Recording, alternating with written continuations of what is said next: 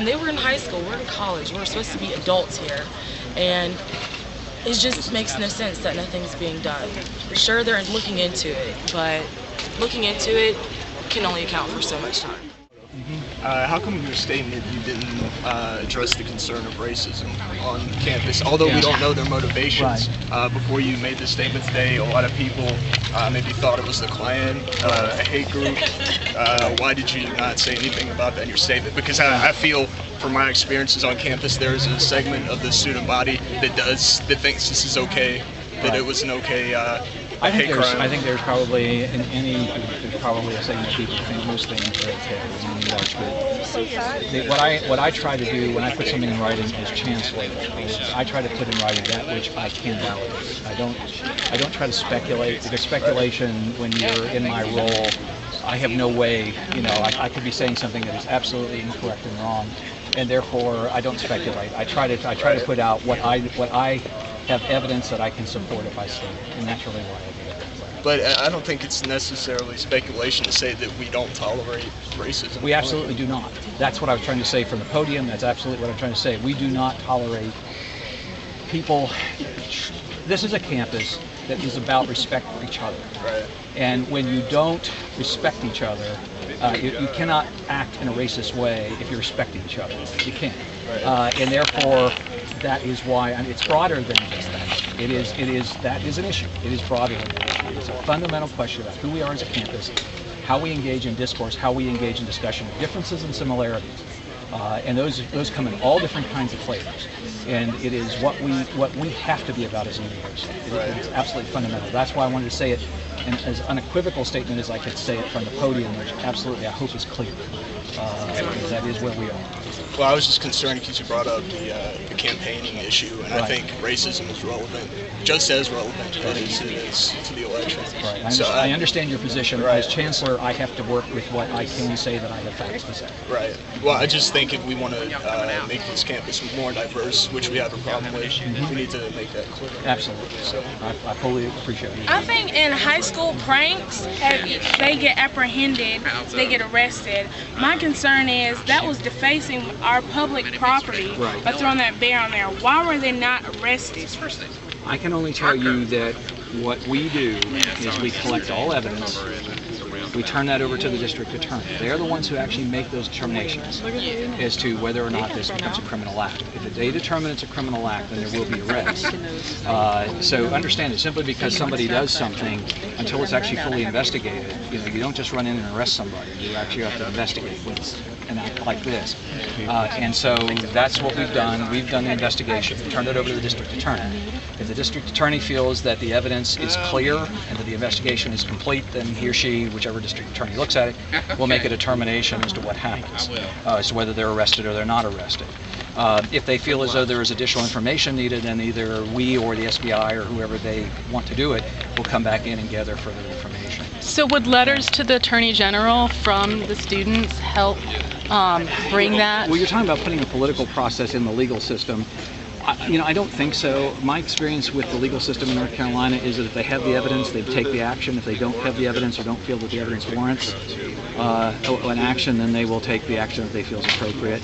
I certainly, I never discourage anyone from expressing their feelings about anything, but honestly, I would say that my experience with the district attorney in this district is that if they feel as though they have a real issue that they have evidence to act on, they will.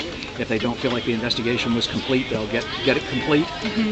And if they feel as though the evidence is complete but doesn't warrant an arrest, they won't make it. And that it's really straightforward with these folks, at least in my experience. And I've been working with them now for almost 14 years, and I've never seen them take an action that I thought was fairly odd. It always struck me that they were acting on the evidence that they had, or asking for additional evidence if they didn't feel they had what they needed. And let me just get this straight. So just so you know, my name's Meredith Smith, and I do Cat Chat, which is our political commentary show. Okay. And I just want to make sure I understand the facts. The students turn themselves in? I can't tell you that. I think Tom Johnson would have to be the person. And who's Tom Johnson? He's our chief of police. I don't actually ask. He was here today. In fact, he was probably still around. I don't actually ask those kind of questions because in the end, I'm in the root of a You're field. in a right. So what I want to know, as Chancellor, what I want to know immediately. Number one, do we know who did it? Do we know whether there's a clear and present danger? Right. Right. That's a number one. Okay. Is there a clear and present danger? Secondly, then, once we know who did it, once we believe we know who did it, have we fully investigated? Have we brought in the other legal authorities from off campus who should be brought in? So, for instance, I insist on anything like this that we go to the SBI. Okay. I don't really care whether the SBI thinks it's important or not. Right. That's really not where I am. That's just where you go. That's where I am. I immediately ask them to call the SBI to assure that the SBI is aware. And if they choose to send someone in to investigate, they will. If they have an ongoing relationship with our people, they know them, they know what kind of work they do. Okay. Then the Secret Service was involved. They did come to campus, they did investigate, and then they left campus. Okay. Okay, those are the things that I know. Okay. I know that as of today, the information is being turned over to the DA, and the DA then will make the determinations that I mentioned. Either that yes, they have enough information that they can make a determination that they believe the investigation was complete enough, or that they will seek additional information, or they'll make a determination that the investigation was complete but there is no criminal charge to be filed. Okay. We do that all the time. I believe in outside validation of what you're doing when you're dealing with people's lives and health and safety. And so I believe in bringing in the SBI. I believe in bringing in the district attorney. We have done that my entire career here. In fact, the two chancellors before me did the same thing. It's simply any one individual can make a mistake in investigating, therefore you bring everybody together and make sure that all the authorities are aware of what's going on. Right. It's just the way we do things. Okay. Sir, my name is Vanessa Ashley, and I'm in the elementary education. Right. Now, to our children who probably saw this on the news, this is an act that should be disciplined. To them, it was an act that's gone undisciplined, and they will probably think that, okay, it's okay, because you won't get in trouble. It's just a prank. Disciplinary processes. To define what they do, bad actions now. Disciplinary processes and legal processes don't happen instantaneously. They just don't. If let's say that a student was arrested for something, either on or off campus, they have to go, there has to be an investigation, there has to be a arraignment, they have to go through a whole court process. So things, even if in fact someone's found guilty of something, it doesn't happen within 2 or 3 days of that perpetrating an act. It just takes longer than that in our legal system. And so what we're going to go through is the normal process that we go through so that we can assure due process under federal and state law. That's what we're going to do.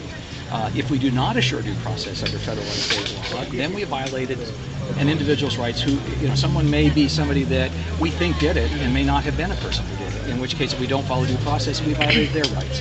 So we're going to assure that we do this legally and through the appropriate channels, and we're going to follow our ongoing published processes so that we can assure that if in fact we find that these folks committed a serious violation of university rules, and that serious violation brings a sanction, then we can sustain that if there's an appeal to court. And we do that way. We always will do it that way. It is our legal obligation to do it that way. It isn't a very emotionally satisfying way to do it, but it is the way you have to do it. But I'm asking you as a person, what do you think that's showing our children? Well, I think that what we should be showing our children right now is that these were 7 people who did something very bad and very stupid, and that the rest of us are people who do not appreciate what they did, do not like what they did, do not support what they did, are not in any way positive about what they did, and that therefore we're going to move forward as a campus community and show who we are, which are people who actually care. So I think what he's kind of saying is that we, the students, need to take the action because he has to be totally non-biased partisan in this position. So I think that we, the collective we, need to get together and show the nation that this is not who we are, versus what the head administration can do, because they do have to take themselves back from the situation. We will always abide by federal and state law. Right. Always. We have certain authorities if there is a clear and present danger, and that was the immediate determination, was there a clear and present danger? When it appeared that there was not a clear and present danger, then that kicked it into the normal processes that we use. Right. If there's a clear and present danger, then you go to the emergency sirens and you do an entirely different thing. So if it is found that they did actually kill the bear, because that's a question whether or not they found the bear dead or if they killed the bear. Let's say they did kill the bear, assuming. Is it going to be that? Is it going to be passed over to the Wildlife Commission? Yeah, in fact, they're probably going to be able to bring more serious charges. It's a felony charge. So they're the ones who are on the wildlife aspect of it. We're going to deal with the Okay. So that it's a different investigation. Okay, I see. All right, that makes sense. Thank you so much. I appreciate you coming over and talking with me. And it's Tom Johnson. Okay. Thank you. Just want to give credit where credit is due.